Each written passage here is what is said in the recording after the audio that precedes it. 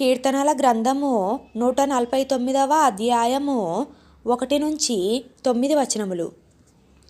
యెహోవాను స్తుతించుడి, యెహోవాకు క్రొత్త కీర్తన పాడుడి. భక్తులు కూడుకొని సమాజములో ఆయనకు స్తోత్రగీతము పాడుడి.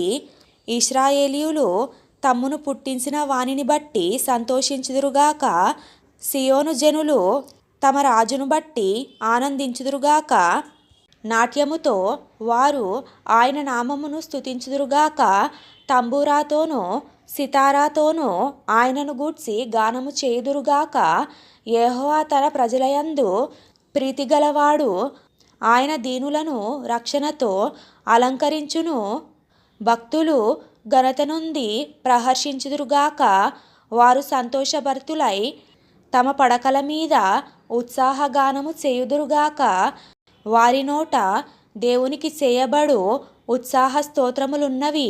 అన్యజనులకు ప్రతిదండన చేయుటకును ప్రజలను శిక్షించుటకును గొలుసులతో వారి రాజులను, ఇనుప సంకెళ్లతో వారి గనులను బంధించుటకును, విధింపబడిన తీర్పు వారి మీద నడుపుటకును వారి చేతిలో రెండంచులు గల ఖడ్గమున్నది. ఆయన భక్తులకందరికీ ఘనత ఇదే. యెహోవాను స్తుతించుడి.